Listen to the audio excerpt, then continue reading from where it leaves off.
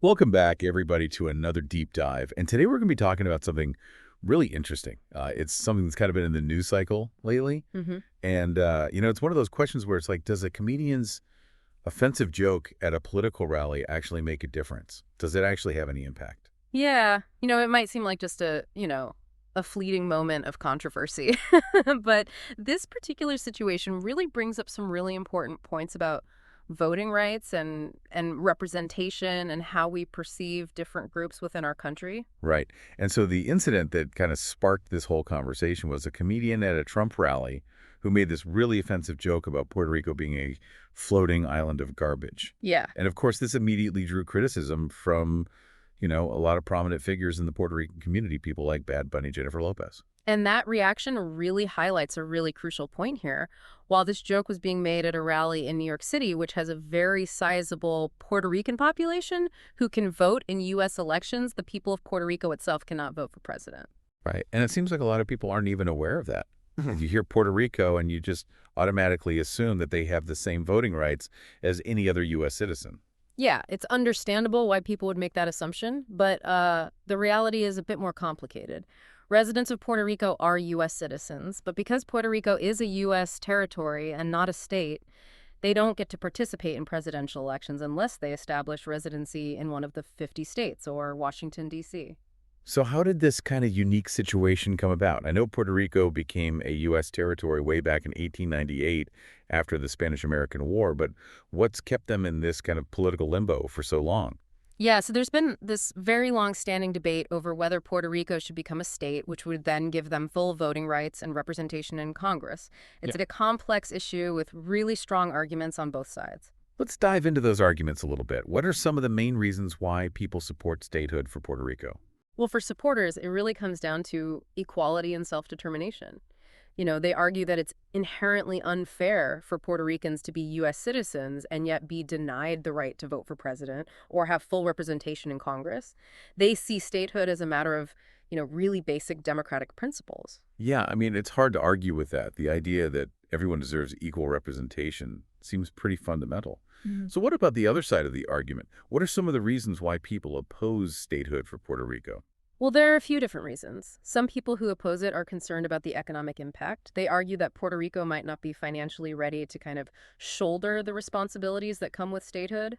Others are worried about the impact it could have on U.S. culture and politics. They fear that it could kind of dilute existing power structures or create divisions. And of course, you also have to factor in the historical context.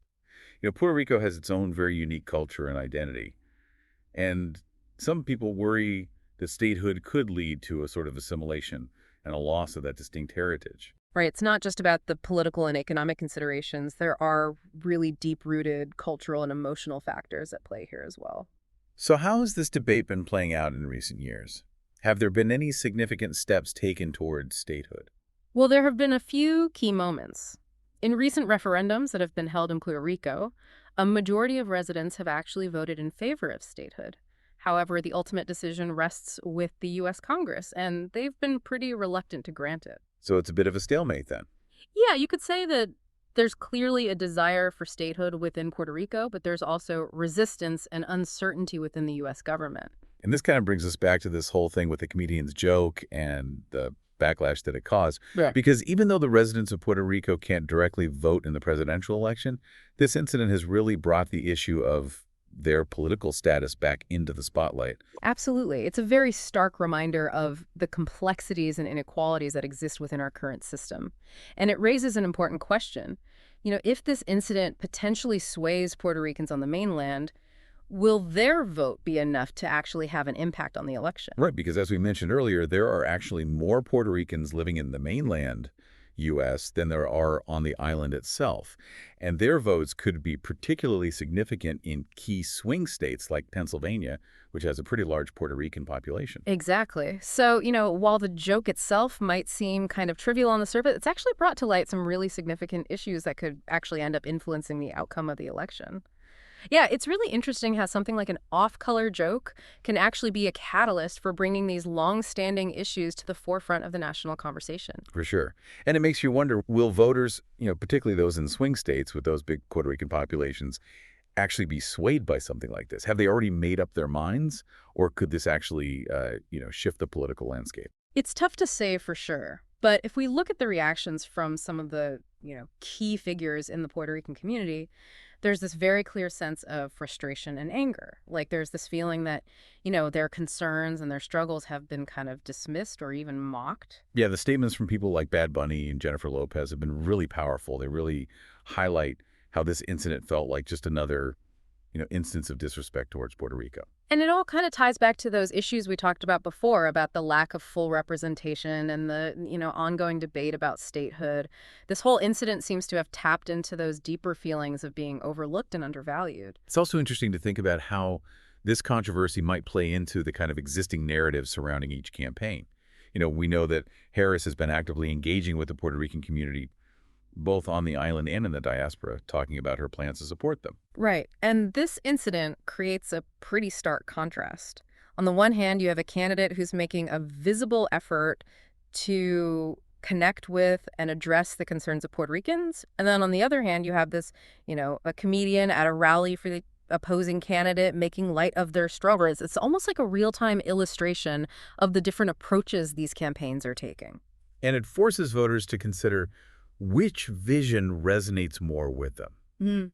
Which candidate seems to be more in tune with the needs and concerns of the Puerto Rican community. Exactly. It raises the question of authenticity. Do voters believe the Trump campaign when they try to distance themselves from the comedian's remark? Especially since Trump himself has a history of making these sorts of controversial statements about other countries and other groups. So voters really have to weigh the actions against the words and decide for themselves how much weight they're going to give to those attempts to, backpedal. And for a lot of Puerto Rican voters, this might feel like more than just some political calculation. This could be a very personal issue tied to their own experiences and their sense of identity and belonging in the U.S. Right. It goes beyond just policies and platforms. It's about feeling seen and heard and respected by your leaders. It's about feeling like you're a valued part of the national fabric and not just a punchline or an afterthought. But of course, not everyone's going to see this incident the same way. Some people might say, hey, it's just a joke. People are being too sensitive. How do you respond to that kind of perspective? Well, I think it's important to acknowledge that humor is subjective. What one person finds funny, another person might find deeply offensive. Yeah, and the context matters a lot here. This wasn't just some stand-up routine in a comedy club. This was a joke made at a political rally, which inherently carries a different kind of weight and a different purpose. Exactly. The point of a political rally is to energize supporters and try to persuade undecided voters. And when humor is used in that setting, it can be a really powerful tool for shaping perceptions and reinforcing certain viewpoints. So even if the intention wasn't malicious, the impact can still be really harmful. It can perpetuate those negative stereotypes and contribute to a climate of disrespect and disregard. And in this particular instance, the joke seemed to tap into these already existing sensitivities surrounding Puerto Rico's relationship with the U.S. It touched on those issues of colonialism and inequality and the ongoing struggle for recognition and representation. So it's not just about the joke itself, it's about that larger historical and political context that gives it that meaning and power. It's about how certain groups are perceived and portrayed within the broader narrative of our country. And it's about whether we as a society are willing to confront those uncomfortable truths and actually work towards a more inclusive and equitable future.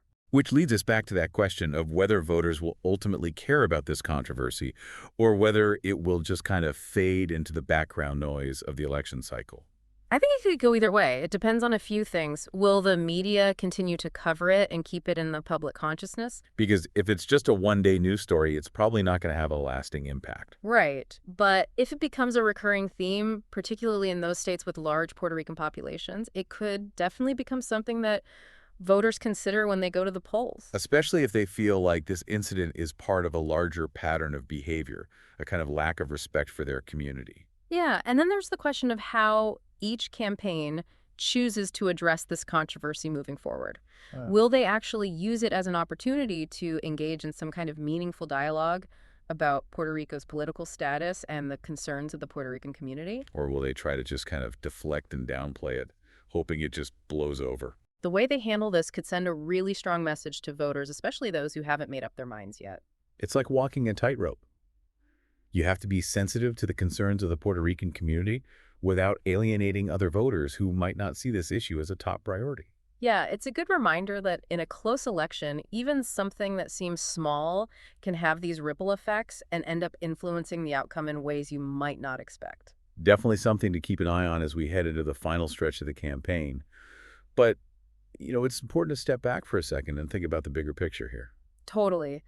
This controversy started a conversation about Puerto Rico's political status, but it also raises these broader questions about how we as a nation treat and represent different groups within our society. It reminds us that our democracy is always a work in progress and that we need to constantly be pushing for greater inclusion and representation. It's about making sure that everyone feels like their voice is heard and that they have a real stake in shaping the future of our country. It feels like we've only just, scratched the surface here. Yeah, there's always more to uncover, right? I think that's what makes these deep dives so fascinating. You start with what seems like a fairly simple question, and then you end up going down this rabbit hole of, all these complexities. Exactly.